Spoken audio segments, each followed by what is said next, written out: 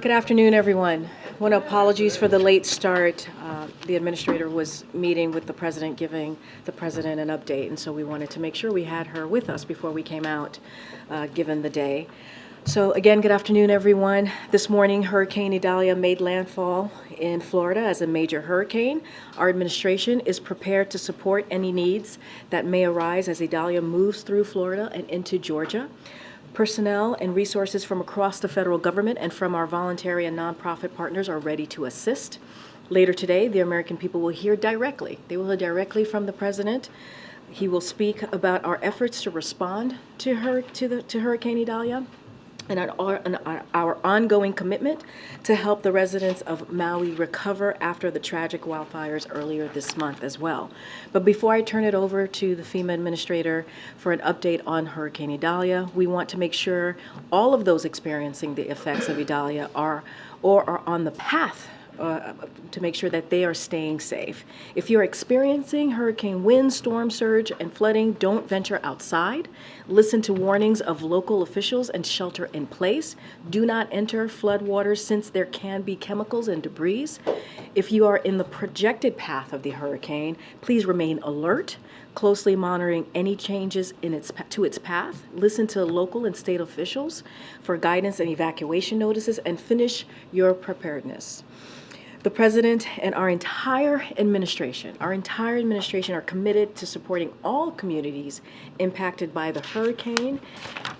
We will be with you every step of the way, as we have been when we have to deal with these types of disastrous situation, hurricanes, extreme weather. This is an administration that will be with this community from before it started, as you all know, from what you heard from the president earlier this week, and also the administrator after it hits, and we will be there until they are able to rebuild. With that, Administrator Criswell, welcome back. All right, good morning, everybody, and thanks, Karine, and I'll just jump right in. I did just have an opportunity to brief the president on our current response efforts for Hurricane Idalia, which, as all of you know, made landfall early this morning. While we were in there, the president contacted Governor DeSantis to let him know that the federal family continues to be there to support him. The governor expressed that all of his needs are met currently. And the president reiterated that if anything is needed from the federal government, we will be able to support, and we have over 1,000 personnel currently deployed, prepared to support not just Florida, but all of our states that are in the path as needed. While I was in there, the president also directed me to travel immediately into the area, and I will be traveling later this afternoon to join Governor DeSantis tomorrow to do assessments and see firsthand what the impacts from this storm are, and I can be able to report back to the president exactly what I see, what we think the needs might be, and where the federal family can continue to assist. Before I touch more on Hurricane Idalia, I also want to address the second reason that I am here at the White House today. Today, I will also join President Biden alongside his cabinet and agency officials who are supporting the response and the recovery efforts on the ground in Hawaii as we continue to help the people of Maui rebuild and recover over the long term. This whole of government approach is what is needed to get the right resources to the people of Maui, the resources and the assistance that they need and that they deserve. Now back a little bit to what we know so far on Hurricane Idalia. While it is still too soon to assess the total damages, we know that the storm made landfall as a Category 3, which means over 120 mile-per-hour winds and up to 10 inches of rain in some areas. Peak storm surge in some places along the coast. It has peaked right now, but it could surpass once they measure over 15 feet of storm surge. We'll get exact numbers as they're able to go in and assess what the total storm surge was. And in fact, Idalia is the strongest storm to hit this part of Florida, to make landfall in this part of Florida in over 100 years. But FEMA and the entire Biden-Harris administration, we were prepared and we were ready to support the needs of this storm. As I mentioned, we have actually over 1,500 federal responders that are on the ground in the affected area. This includes over 300 personnel from FEMA, as well as over 500 urban search and rescue personnel ready to support any of the state's requests. As of 7:30 this morning, and I know these numbers are dynamic and fluid, but as of 7:30 this morning, there are nearly 300,000 customer outages for power in Florida, and we do expect those numbers to continue to rise as the storm passes through and goes into Georgia, and we'll see power outage numbers for Georgia, South Carolina, and perhaps North Carolina. Our partners at the U.S. Army Corps of Engineers are pre-positioned to support power restoration, and they have over 30 generators that are pre-staged. Additionally, the utilities are preparing for storm impacts, including pre-staging crews and equipment outside of the projected storm track, and the state anticipates a total of about 30,000 to 40,000 linemen in Florida to begin to assist in the power restoration efforts. People that are still in the storm's path, however, as you heard from Karine, they should not venture out into the storm and remain sheltering in place if your local officials are telling you to do so. However, if you are in trouble and you need immediate assistance, please call 911. As you do go out, do not wade in the water. Do not drive through flooded roads and streets. Just remember, turn around, don't drown. Unfortunately, we see so many fatalities after the storm passes. We want to make sure that everybody is taking the right precautions to keep themselves safe. And as always, please continue to listen to your local officials as this storm continues to pass over Georgia currently and into South Carolina. Please check on your friends and your family and your loved ones, especially older adults and people living with disabilities, to see if they have any needs. In closing, I just want to remind people that this is still very much an active situation. Remnants of the storm are still affecting Florida as we speak. The storm is over Georgia and moving into South Carolina. People there and in the Carolinas will continue to experience impacts throughout the day today and possibly into the weekend. Again, FEMA is well postured with our federal partners to support Floridians during this time of need and stands ready to support other affected states as needed. With that, I can take any questions. Thank you. Administrator, what are you most concerned about over the next day or two, since you just said it's too early right now to assess the extent of damage in Florida? Yeah, my biggest concern is those people who chose not to evacuate, and I know that our local first responders, the heroes that are out there in those local communities, are doing an amazing job already of going into the areas where people did not evacuate and helping to get them to safety. I think that is our priority through the day today, is to make sure that everybody is safe after this storm has passed. As we go into the next few days, we're going to want to assess what the total amount of damage is and see what immediate needs need to be put forth in order to help support and start the recovery process. Administrator Criswell, thank you so much. Could you just take us a little bit into that briefing that you had with the president today? What is he most concerned about? What was he most focused on? Any other direction that he gave to you other than to fly down to Florida? And then secondly, you said that Governor DeSantis is satisfied with the federal response, doesn't need anything additional. Was there anything else discussed on that call? Yeah, the president's main concern is making sure that we are bringing everything that we have in to support these states as they're having immediate response and life-saving needs or beginning to start their assessment and their recovery process. I think it's incredibly important that our governors know that we are ready and postured to bring in all federal resources to support any of their life-saving and their life-sustaining needs in the very near future. The conversation with Governor DeSantis was that, reiterating the fact that we already have over 1,500 personnel there in the area to be able to support, and the governor currently has no unmet needs, but as we begin to assess, right, as the governor assesses and as I get on the ground tomorrow to assess, we'll see what additional needs might be there and if any of those resources need to be employed or we need to move more into the area. Has the president spoken yet with the governors of Georgia or South Carolina as well, or any plans for that to happen? I believe he was preparing to contact them after I left so I could come to this briefing. Good, Jeff. Thank you. Administrator, to what extent do you attribute climate change as a cause of this storm and the other weather events that we're seeing over the last weeks and months? Yeah, I'm not going to attribute the cause of the storm, but what I can say is that we are seeing an increase in the number of severe weather events. And what we saw with this storm, as we have seen with several of our hurricanes over the last few years, is that they are intensifying more rapidly due to the elevated heat of the water temperature in the Gulf, or in the Pacific or whether it's in the Atlantic. These storms are intensifying so fast that our local emergency management officials have less time to warn and evacuate and get people to safety.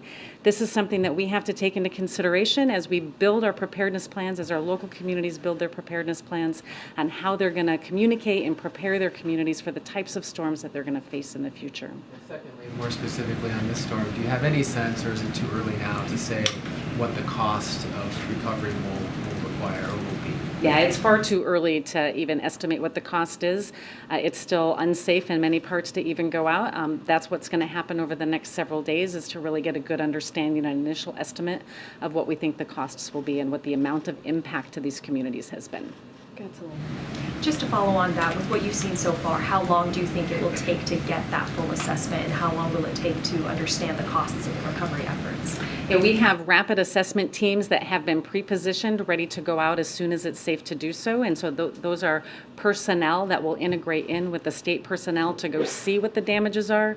But we also use technology, right? We use aerial imagery and satellite technology, and we use our geospatial information to get a better idea, so we don't have to physically put people out there, and it allows us to make these types of decisions much quicker than we've been able to in the past. And so, again, it will take several days to get a full understanding of what the initial assessment, damage assessment is, but it will take longer to get the full picture of the total amount of impact to these communities. And yesterday you had said that FEMA's disaster relief fund was running low. With what we've seen from this storm so far, there's also the Maui fires. Do you think there's enough funding? Are you confident there's enough if there's another extreme weather event in the next month? Yeah, so yesterday, as I announced, I directed my personnel to implement what we call immediate needs funding, and that prioritizes the remaining funding within the disaster relief fund to support those life-saving efforts.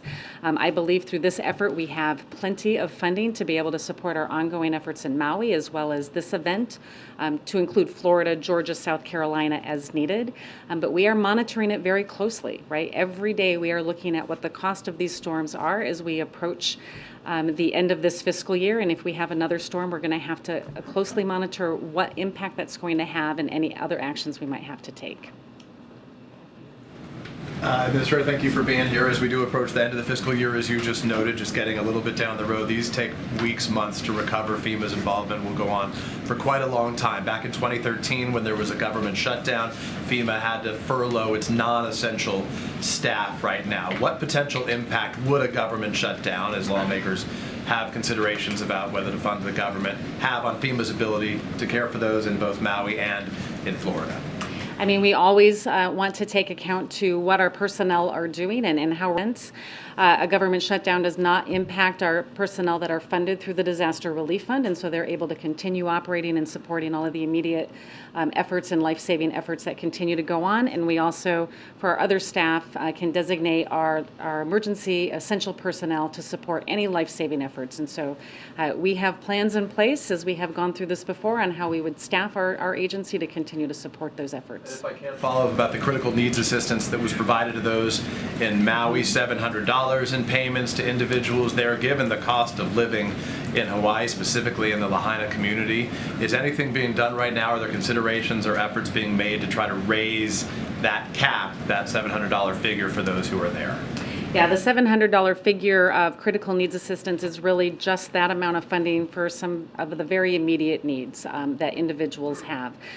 Every year, the main part of our assistance, which is our individual and household program, adjusts annually based on inflation. This year, it's $41,000 of a cap that individuals can get.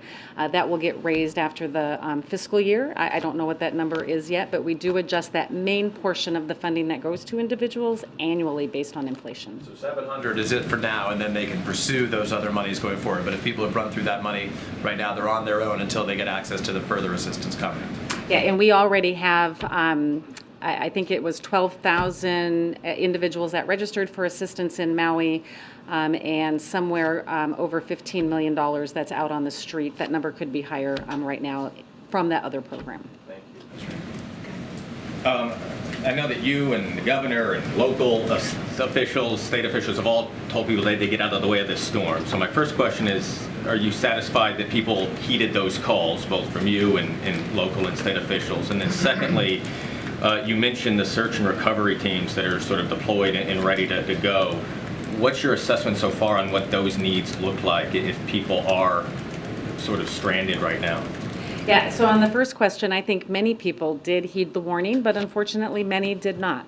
Right, we're already getting reports of people that chose to stay, and they're getting calls into the local first responders to come in and assist them. And if anybody needs assistance, they should. They should call 911, and those local first responders will come in and help. As far as the entire footprint of those resources that are available, it's a combined effort, recognizing the capability that the state already has with all of their resources, and we have additional resources that are integrated in with that operation. So if we need to immediately augment, we have resources that are ready to deploy as soon as requested without hesitation and without interruption. But is it clear yet how many people may be stranded? Oh, I don't have a number on how many, no. From the initial assessment, what would you say are the most damaged areas? And what was the response from the population in those areas to the government's instructions? I would say that initial reports are in that Big Bend area that have had the greatest impact. They have experienced the greatest amount of storm surge. They experienced the greatest wind speeds. And so when we do get out to start assessments, that would be my anticipation of where we would experience the greatest amount of damage and impact across Florida. And how did people respond in those areas? Again, I think many people did heed the warnings, and there was a lot of public messaging that went out there to let people understand that the danger is not just the cone of the hurricane, but it's the storm surge and the water, which is creating and causing the most fatalities in these events. But again, many people did not, as we are hearing about our first responders going in to support rescuing people from their homes that are now stranded. Okay, we're going to wrap it up way in the back and then edge of the right. Thanks. On the immediate needs funding, I'm curious if you have recognized the potential long-term ongoing recovery efforts that could be at risk here. So if I understand the long-term recovery efforts based on right now, or what it looks like going into the next fiscal year? Going into the next fiscal year, which ones are at risk here if you do not get the funding you need? Yeah, so what immediate needs funding does is the work does not stop, right? The projects continue to go underway. Our longer term recovery projects for the variety of disasters that we've experienced over the year. The obligation or the reimbursement of the funding for those is delayed into the next fiscal year. If it gets delayed into the next fiscal year, then that just starts us out at a smaller balance of what we had anticipated our needs would be for fiscal year 24. Are there any ongoing efforts, though, that you've identified that would be at risk if it comes to that? Again, the funding or the work itself does not stop. It's the funding that just gets delayed into the next fiscal year. Okay, Ed, last question. I want to take you back to Hawaii, Administrator, because there's still a lot of questions among officials in Maui and Lahaina and across Hawaii about who was in charge in the hours as the fires burned and then the hours after. You're a veteran local emergency management official, state emergency management official now at the federal level. How do you assess how officials there responded? Are there lessons to be learned perhaps for other communities? And is your agency prepared to work with congressional Republicans if they launch investigations as they say they will? Again, I was not there during the response, and so I would be out of line to assess how they responded during the time because I did not experience what they were experiencing. What the federal government does is we come in and we support their efforts, and that's exactly what we did, and we will continue to support their recovery and their rebuilding efforts as they move forward. Were you being properly briefed by FEMA authorities in Hawaii that would have been working with those officials? What I was briefed on throughout the time is my regional administrator, Bob Fenton, happened to be in Oahu for another meeting, and he was engaging with the team and giving us updates as to the spread of the fire and what the population was impacted and what the potential federal resources would be needed to come help support the initial response and then the ongoing recovery efforts. And if congressional Republicans want you or other agency officials to testify about what went on in Hawaii, I'm willing happy do to so? testify on what the federal role was in this process. All right, thanks, everybody. Thank you so much. All right, thank Safe you. travels tomorrow. Thank you. All right, one thing before we continue. Thank again the administrator for coming today and yesterday to provide all of you an update. So as Acting Labor Secretary Sue announced today, the Department of Labor is supporting one of the basic tenets of Bidenomics, that a hard day's work should lead to a fair day's pay. This proposed rule would deliver on the tenet by restoring and extending overtime protections to 3.6 million salaried workers. The Biden-Harris administration recognizes the benefits of a growing economy are only broadly shared when you have politics that empower workers. We'll continue working to build an economy that works for working families. The president and the vice president are committed to ensuring that all workers are paid fairly for their hard work. With that, Darlene, you want to kick us off? Yes, thank you. Two questions. First, on Africa, the president had promised in December that he would visit this year. It's now September. A trip has not been announced.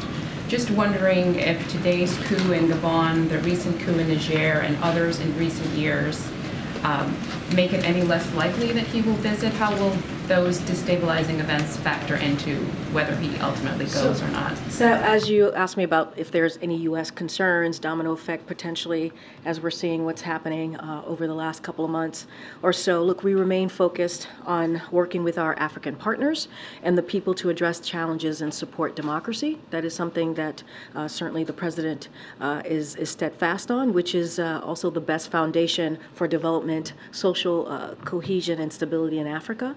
President Biden has been clear about the United States' commitment to deepen and expand our partnership between the United States and African countries, institutions, and people as well. We stand with the African people in working towards these goals. I don't have anything to announce about a potential scheduled trip for this year. The president is still very much committed to going to the continent. As you know, the vice president has been there, the first lady has been there. So you've seen a commitment throughout, and also other secretaries clearly in this administration. So you've seen a commitment from us for the continent. We had a very successful, as you all know, meeting with African leaders just last winter. That went very well, and that commitment continues. As soon as we have a date and a location clearly laid out, we certainly will share that with all of you. And then a second question closer to home. Will the president stay in Washington this weekend, given what's going on in Florida? We don't know the extent of damage. The week ahead had him leaving on Friday to go home to Rehoboth. As you just heard directly from the administrator, we do not have an assessment. Obviously, she's going to be going to Florida tomorrow at the president's direction, and she will be with Governor DeSantis throughout the day. I can confirm before coming out here, the president did connect with Governor Kemp, of the governor of Georgia, obviously, and so that conversation did happen. He's also going to try and connect with the governor of South Carolina.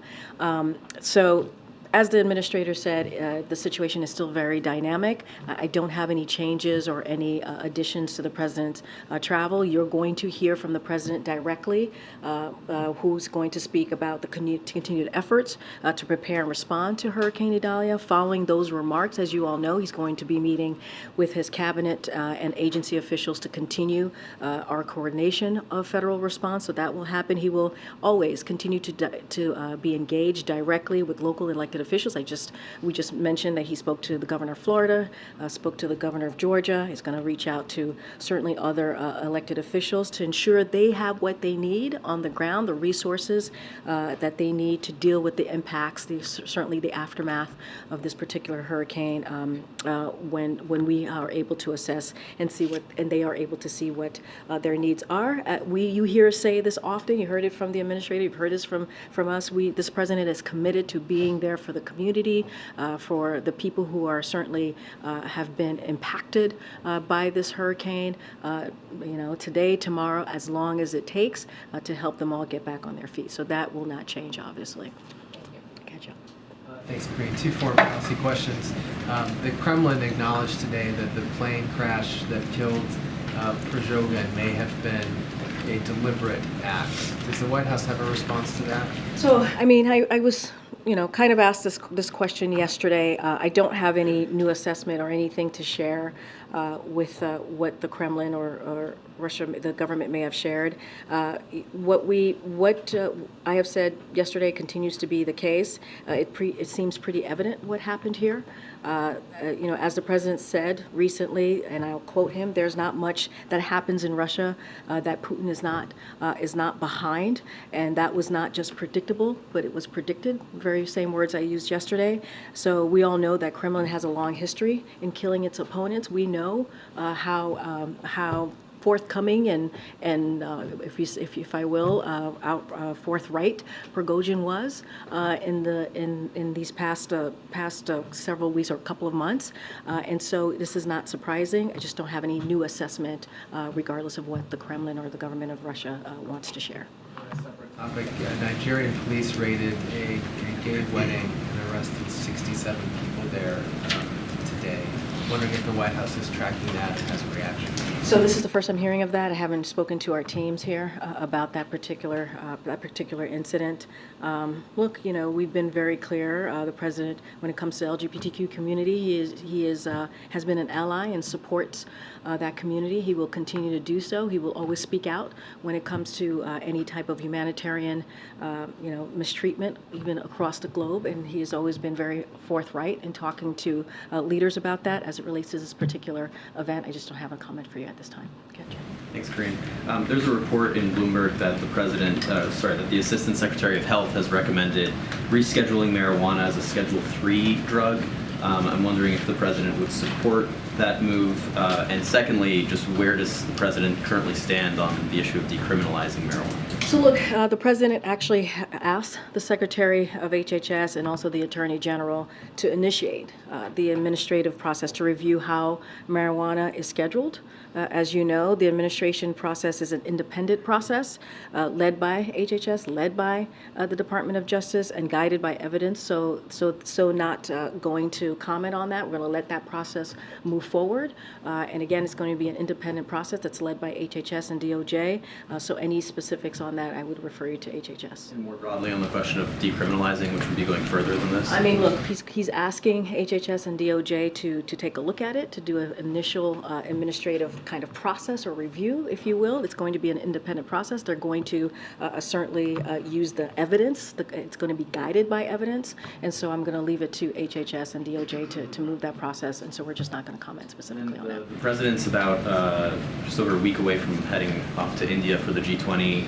He's scheduled to be in Rehoboth this weekend. Given all of those scheduling concerns, how likely is it that the president would make it down to Florida before heading abroad? Is that a goal of his that he would like to try and get down there before he goes out of the country? So look, don't have any schedule additions or travel to add at this time or to share at this time. Clearly, as you just heard, the administrator is going to go there tomorrow, is going to be with the governor, and that is at the president's direction.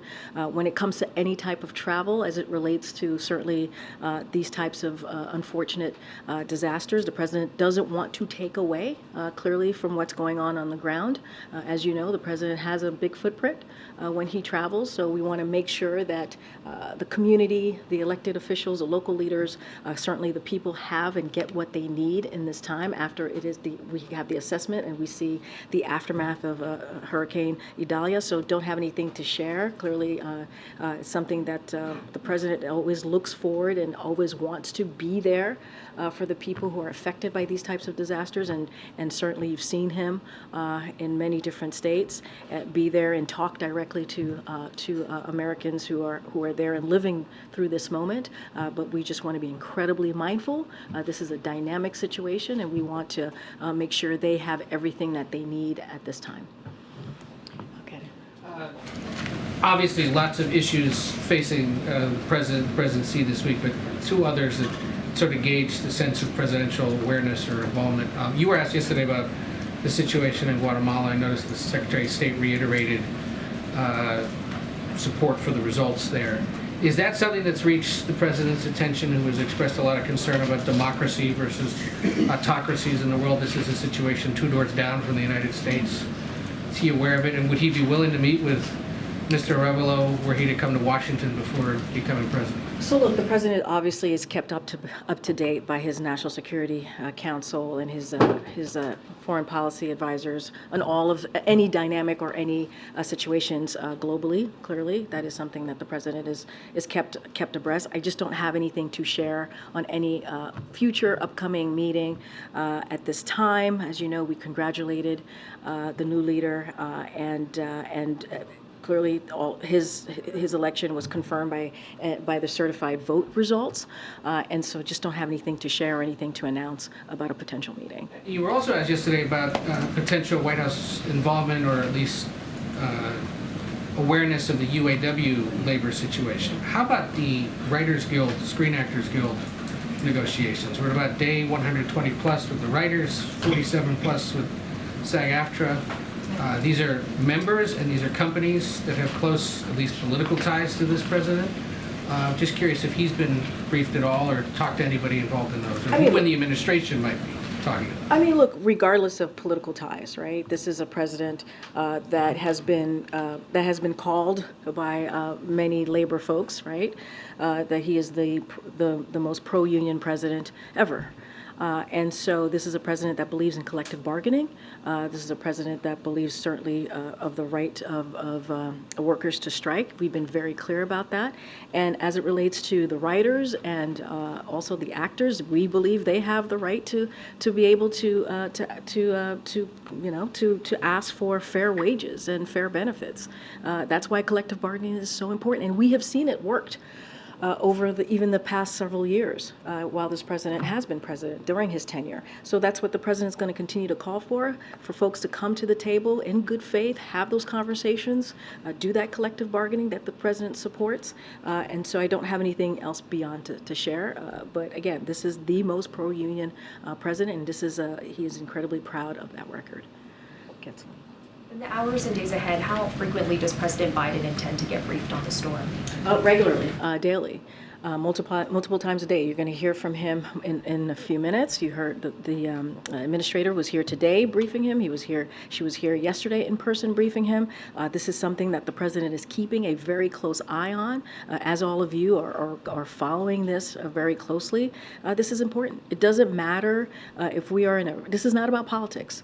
We should take politics out of any type of disaster that we see that the American people are having to suffer or deal with. And so this is not about politics. This is for the president. This is about being a president for all Americans. And so he is going to be closely watching this, getting updated regularly to make sure that the people in Georgia, in South Carolina, in Florida are getting exactly what they need. And so that's going to be the president's focus. Thanks, Karine. I wanted to ask about a possible government shutdown. Some conservatives have been on the Hill, have been talking about it not being a big deal, that no one will really notice. Can you talk a little bit specifically about what would continue to work during a shutdown and what would stop?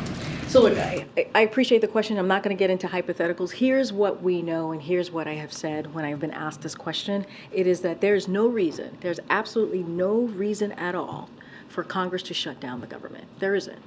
And this is a question for Congress to answer. This should not be happening. And they should fund these vital government programs that the American people rely on. And these are critical needs we've requested. When you think about what we've requested and asked for when it comes to emergency funding, right? When it comes to what we came to the table for when it comes to the budget agreement, this was a bipartisan agreement from both sides. And so there is no reason at all that Congress should be going down the path of shutting down this government. Can you confirm, though, at least that federal criminal proceedings would continue in a shutdown, including those involving the former president? You would have to ask the Speaker of the House and Congress on that question. That is not something that I can speak to here. You would have to reach out to Department of Justice. You would have to reach out to Congress, whatever it is that they're doing on that side. That is something for the Department of Justice to speak to. That is not something for me to speak to. But I will say that as it relates to the engagement that we have been having with the Hill on whether it's the whether it is government funding or any kind of legislative process. Look, we have our OMB Director, Shalonda Young, our Legislative Affairs Office, have been in regular contact with them. We are engaging with congressional members on the Hill, and that's going to certainly continue. I want to ask you quickly, President Biden awarded the Presidential Citizens Medal to two Fulton County election workers, Ruby Freeman and Shay Moss. In the past, a federal judge today ruled in favor of those women who had sued Rudy Giuliani for defamation, ordering that the attorney that Giuliani pay sanctions. Just your thoughts on this now that it has been completed, it's no longer in the hands of the courts. The judge has delivered her ruling. What do you make of that? I'm just not going to comment on that at this time. Thanks, Karine. Senate Minority Leader Mitch McConnell had another episode in which he froze while answering questions today. I know the president spoke to him the last time this happened and spoke to him when he has had previous health issues.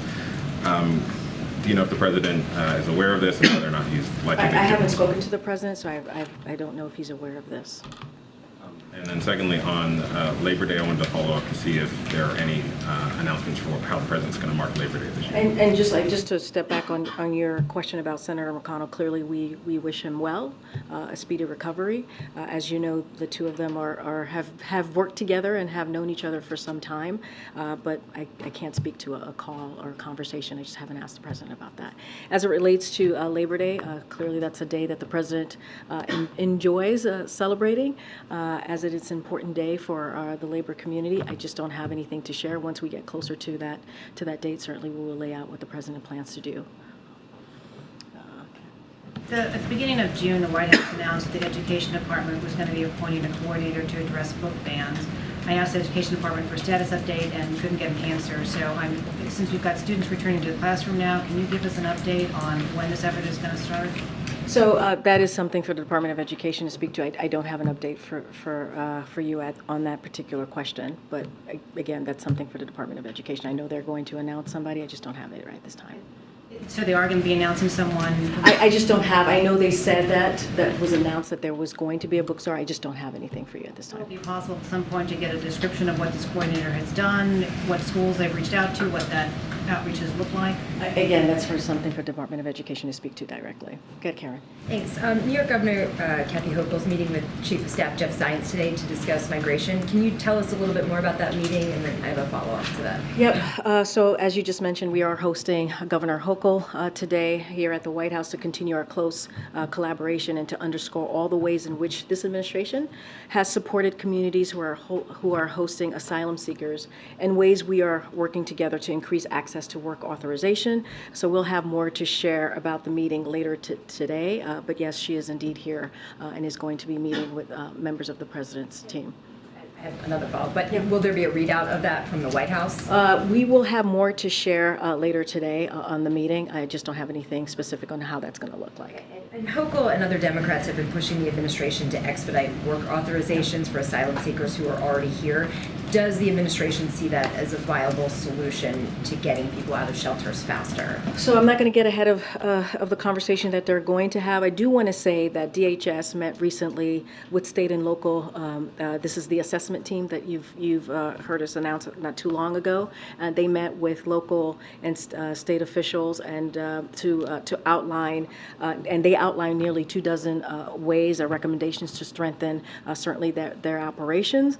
The administration across several departments and agencies identified a number of federal sites across New York State for housing. Additionally, the Department of Interior is negotiating a lease of Floyd Bennett Field with the city and state. So that conversation that continues to happen. Again, that happened, I believe, on Monday. When it comes to the work authorization, look, this administration has led the largest expansion as it relates to pathways. Lawful pathways in decades, and we are committed to building a humane and safe and orderly immigration system. Those who arrive through those lawful pathways are immediately eligible to request an employment authorization document. That's how that process works. As it relates to this particular conversation and what has been requested by New York, I'm just not going to get ahead of the meeting that they're going to have today. A couple of follow-ups on the spending questions that you got. Lawmakers are already sort of talking about a proposal that perhaps would be a CR in the December, kind of a shorter-term deal. Is that acceptable to the president? Would he be okay with that? That is something, I'm not going to get into hypotheticals, that is something that Congress should kind of decide on the length of a continuing resolutions. That's not something that I defer to them. And then related to that, I know you said that the administration, Director Young, others are already engaged with lawmakers. Has there been an expression of sort of red lines, sort of priorities or cuts or provisions that would be unacceptable to President Biden that would not get signed into law? So look, as I said, we have had continued calls with them, continued engagement with members of Congress to lay out the urgency and the important nature of making sure that we do not shut down and we continue funding the government. That's going to continue. I'm not going to get into red lines. I'm not going to get into hypotheticals from here. There is no reason for Congress to shut down the government, and we'll continue to be very, very clear about that. Go ahead, Rob. Thank you very much. There's a new book coming, The Last Politician Inside Joe Biden's White House and the Struggle for America's Future. The Guardian has excerpts today saying the president has told aides in private that he felt tired, and that explains why there are so few events before 10 a.m. So two questions. Is this why we're seeing brunch lids in recent weeks? Today we had a breakfast lid. And has the president admitted to you? Wait, say that last part? So is that why we had a breakfast lid this morning? I mean, the book is... what? There was a breakfast lid came to the press for the first time, I think. We've had some brunch lids in recent weeks as well. So my question is So that you a think reflection... we've had those lit because of this excerpt? Not because of the excerpt.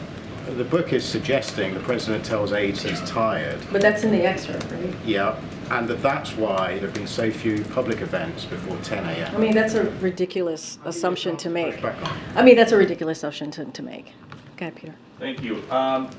Eric Adams, the New York mayor, is saying about these migrants in New York City, any plan that does not include stopping the flow at the border is a failed plan. So why aren't you guys stopping the flow at the border? We are stopping the flow at the border. If anything, what the president has been able to do on his own without the help of Republicans in Congress, something that he had to do on his own again because Republicans refuse to give the funding necessary to deal with a situation, a broken immigration system that has been broken for decades.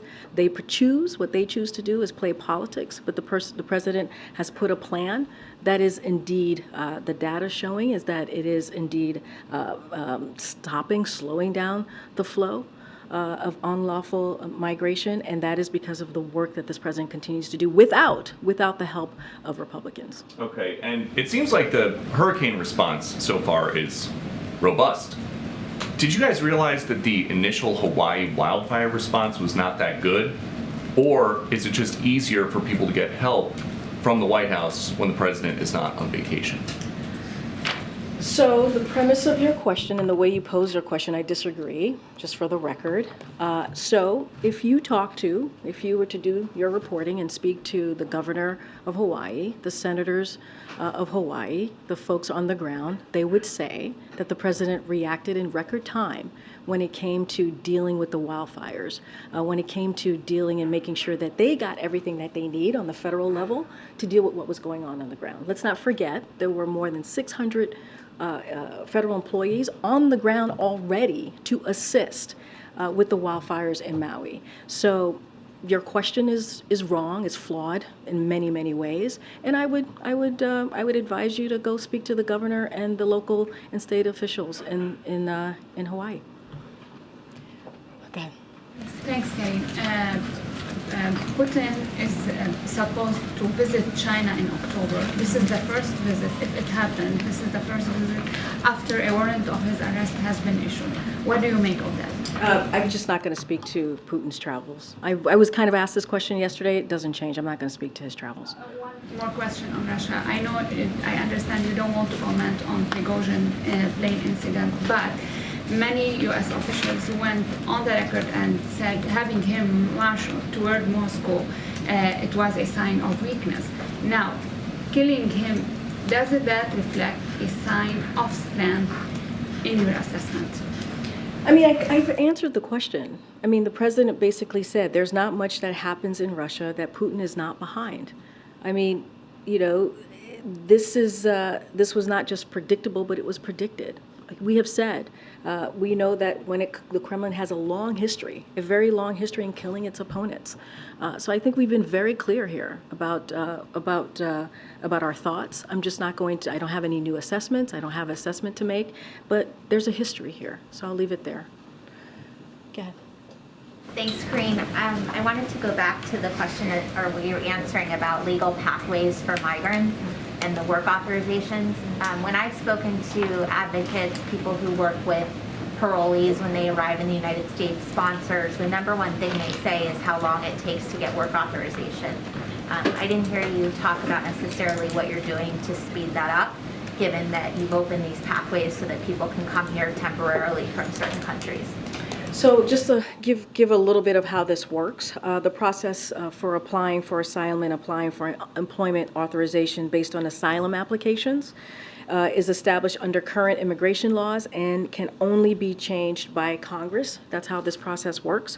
The law established a 150-day waiting period to apply for work authorization and an additional 30 days to be eligible for approval. That's how the process works. Again, this is something that Congress put forth, and the only way that it can change is through Congress. Have you asked Congress to work on that? Well, we've had asked Congress to help us just revamp and deal with the broken in many different ways, including this, to help us revamp and actually fix a broken system. We have asked Congress to do that from day one. Remember, the president put forth a comprehensive immigration reform legislation. So this is something that the president has made a priority. The first piece of legislation that he put forward dealt with the immigration system. Again, this is something that, when it comes to this system, the president wants to do this in a humane way. And he has taken actions to work on this issue on his own without the help, certainly, from Republicans in Congress. I also wanted to ask you, Administrator Criswell, when she was here yesterday, talked about, and again today, about the rise of extreme weather, this idea of FEMA having to deal with an unprecedented workload. Is the president thinking about it all outside of your funding request to Congress? Any changes in structures within the White House, any changes within agencies that would help support what we're seeing, which is more extreme weather, more often, more people needing help? I mean, I don't have anything to share about structure within the administration, but I would say this. Oh, I mean, look, I'll say this. We've asked for $12 billion, right? FEMA has asked for FEMA to continue to doing its work. That conversation is going to continue. Obviously, the administrator laid out what that means for her work. As it relates to extreme weather, one of the reasons the president has called climate change a crisis and done the work, historic work that he's done on dealing with climate change is because of that, right? Is because we're seeing this change of pattern. We're seeing how rapidly and how quickly this extreme weather, hurricanes are coming about. That's what the administrator just said. And so, look, there's a lot of work to do. The president has taken this very, very seriously. That's why the Inflation Reduction Act was so critical and important.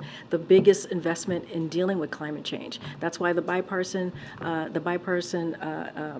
infrastructure law is so important. So this is work that the president's going to continue to do to deal with an issue that is a crisis, not just here, but globally, as it relates to any changes within the administration. I don't have anything for you on that. But right behind you, go ahead. The Afghanistan withdrawal ended 2 years ago this week. Does President Biden plan to commemorate the events and the people who were killed and left behind as that happened? So as you know, the president had a statement recently when it came to the anniversary of Abbey-gate. So just want to state this as it was stated in the president's statement, that we'll forever honor the memory of the 13 service members who were stolen far too soon from their families, loved ones, and brothers and sisters in arms while performing a noble mission on behalf of our nation. And the First Lady, certainly the President, and our entire nation will always support those families. And so, look, the president has said on many occasions that ending our longest war after 20 years was the right thing to do. He refused to send another generation, you've heard him say this, of Americans to fight a war that should have ended a long time ago. America is no longer is no longer there. Obviously, it is on a stronger footing, more capable to meet our security needs around the world because we are not fighting a ground war in Afghanistan, and we continue to put pressure on Al Qaeda and ISIS-K while also focusing on terrorist threats elsewhere. And so that's going to be the president's focus, to make sure that our homeland is protected, that Americans are protected, and that's what the president's focus is going to continue to be. I have one more question. Go ahead. A question about North Korea, the missile launch earlier this morning. Anything you can say about that? And then also, we heard about increased cooperation between the Russians and the North Koreans with respect to weapons for the Russians. I'm wondering if the president would consider meeting with Kim Jong-un because of this increased cooperation, and he can't seem to get a response from the North Koreans. So a couple of things, and I know my colleagues spoke to this is Russia and North Korea just recently during a gaggle. So just to reiterate what he said is in part due to the success of U.S. sanctions and export controls. Russia has been forced to turn to rogue regimes like the DPRK to try to obtain weapons and equipment to support its military operations in Ukraine. We have previously warned that Russia is actively seeking to acquire additional munitions from the DPRK. Today, as my colleagues shared, we shared new information that arms negotiations between Russia and the DPRK are actively advancing. Russia's Minister of Defense recently traveled to the DPRK to try to convince Pyongyang to sell artillery ammunition to Russia.